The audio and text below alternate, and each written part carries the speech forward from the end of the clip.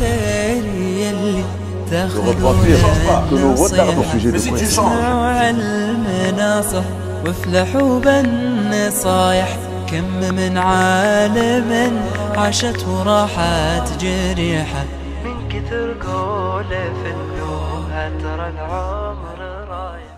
Allah Azza wa Jal nous dit, craignez Allah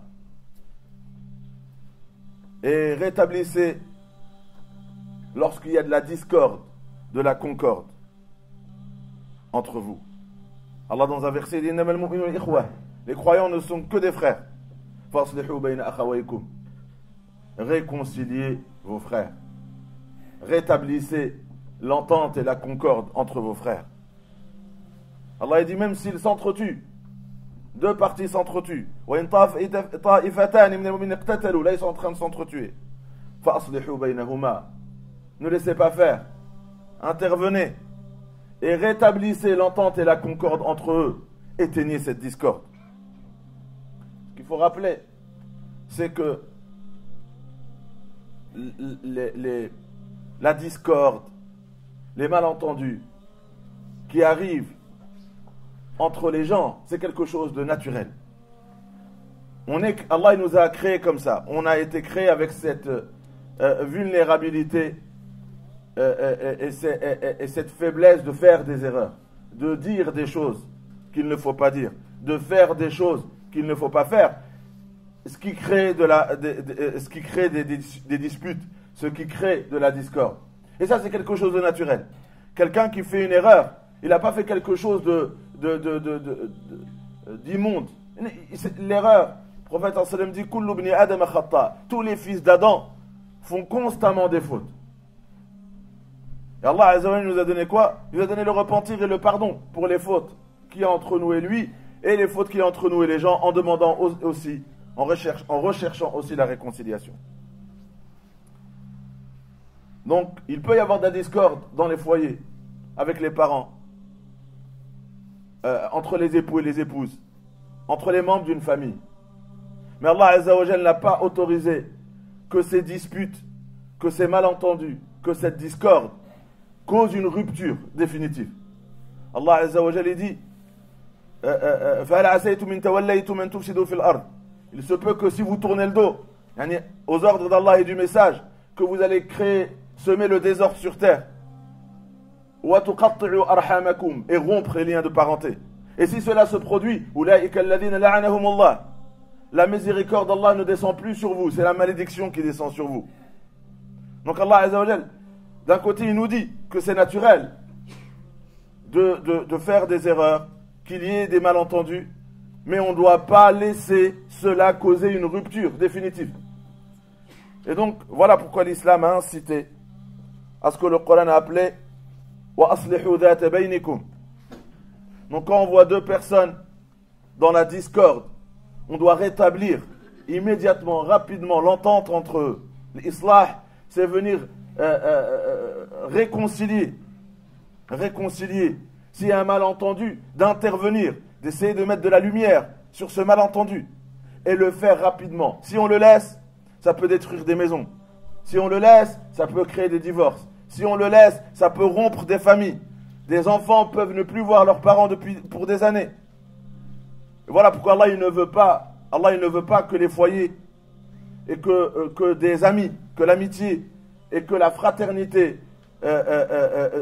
disparaissent. Allah il demande donc, quand il y a entre deux individus de la discorde, d'intervenir. Allah il nous dit, les croyants ne sont que des frères. Donc dès qu'on voit une dispute, un malentendu, il faut qu'un tierce partie intervienne. Et son but c'est quoi? C'est de créer c'est de faire de la médiation, c'est de les réconcilier en rétablissant de l'entente entre eux, de trouver le point qui va les réconcilier et de rétablir après la discorde, la concorde. L'islam a tellement insisté sur ce devoir que le prophète sallallahu alayhi wa sallam, dans un hadith rapporté par le Bukhari et Muslim, a dit: celui qui réconcilie les gens et qui rétablit la concorde par le mensonge n'est pas un menteur. par le mensonge n'est pas un menteur. Parce qu'il ne doit... comprenez, il va dire du bien et il va, montrer du bien. Ça veut dire que si je vois que deux personnes se sont disputées et je vais chez l'un, je vais chez lui, dans le but de les réconcilier, et il me dit sur l'autre des monstruosités. En allant chez le deuxième, si je dis la vérité, si je dis absolument tout ce que l'autre m'a dit, est-ce que cette vérité, elle va rajouter au problème? Ma mission, c'est de réconcilier. Si je dis tout ce que j'ai entendu, je dis moi je dis que la vérité. Hein, pourquoi tu veux les réconcilier? Reste, cache plutôt le défaut et sors de cette mission. Parce que si tu veux les réconcilier, tu dois cacher la vérité. Tu vas, même si tu as entendu des monstruosités, quand tu vas voir, je viens d'arriver de chez l'autre, il dit que du bien sur toi. Tu exagères les choses. Il ne dit que du bien sur toi, sachant qu'il a dit du mal. Donc c'est un mensonge, n'est-ce pas? Mais si c'est le seul outil, le seul moyen pour les réconcilier, le prophète sallallahu alayhi wa sallam, il dit ce n'est pas un mensonge. Pour réconcilier, ce n'est pas un mensonge. Si la vérité va créer de la discorde, ce mensonge n'est pas un mensonge. Parce que le mensonge haram, c'est quoi? C'est le mensonge qui crée le désordre. C'est le mensonge qui prive des droits. Les faux témoins, le mensonge, il est interdit parce qu'il crée du mal. Mais ce mensonge, il est en train de éteindre un mal et consolider un bien. Donc ce n'est pas le mensonge dont il s'agit. Allah Azza wa Jalla dit la khayra fi kathiri min najwahum. Il n'y a pas de bien dans la plupart des discussions qu'il y a entre nous, sauf cette bouche qui appelle à l'aumône, cette bouche qui appelle au bien. Le bien, c'est tout ce qu'Allah nous appelle à faire. Le bien, c'est tout ce que le prophète sallallahu alayhi wa sallam nous appelle à faire. Ou islahim bayna an-nas, ou la bouche de celui qui vient réconcilier entre deux personnes. C'est qu'Allah, il a valorisé cette action qui est de réconcilier entre les gens. Cette adoration qui est de réconcilier entre les gens qui sont dans la discorde. Le plus grand médiateur, réconciliateur, qui a établi la concordance entre les gens dans l'histoire de l'humanité, c'est Muhammad sallallahu alayhi wa sallam. C'est notre prophète et nos messagers Muhammad sallallahu alayhi wa sallam. Avant sa venue, l'Aws et l'Khazraj, deux grandes tribus, des décennies de guerre. Les tribus, c'était comme l'équivalent de pays aujourd'hui. Une tribu, elle était souveraine dans son territoire, comme aujourd'hui un petit pays. Et chaque tribu était un pays, et c'était que la guerre entre eux. Et le prophète sallallahu alayhi wa sallam, il est venu et il a éteint la guerre. Il a créé la paix. Toute la péninsule et au-delà, c'était que de la guerre. Et le prophète sallallahu alayhi wa sallam, il est venu et il a rétabli la paix. Il a rétabli la concorde. Il n'y avait plus de discorde entre eux. Et Allah Azza wa Jal a révélé cela dans le Coran, disant: craignez Allah comme il se doit et ne mourrez que complètement soumis à lui. Et rappelez-vous le bienfait d'Allah sur vous, lorsque auparavant vous étiez ennemis. Et Allah, il a rétabli la concorde, il a relié vos cœurs. Et par le bienfait d'Allah, vous êtes devenus des frères. Et c'est quoi ce bienfait? C'est le prophète sallallahu alayhi wa sallam. Par le biais de ce bienfait, par ce messager, vous êtes redevenus des frères. Alors que vous étiez des ennemis avant sa venue. Il a fait de vous des frères.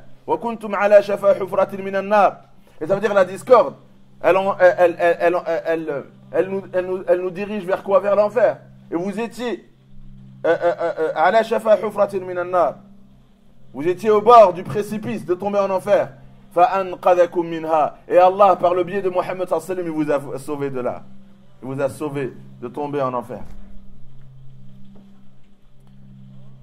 Le prophète sallallahu alayhi wa sallam a donc pratiqué cela avec ses mots, avec ses actes. Il a appelé sa communauté à le faire. Et il a dit, dans un hadith rapporté par Tirmidhi, hadith authentique, le messager sallallahu alayhi wa sallam un jour a dit: voulez-vous que je vous informe d'une adoration?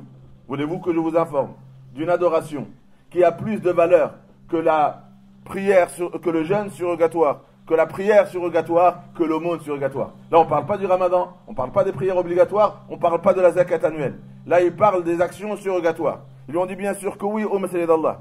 Il a dit al-islah dat al-bayn, de réconcilier, de rétablir l'entente entre les gens.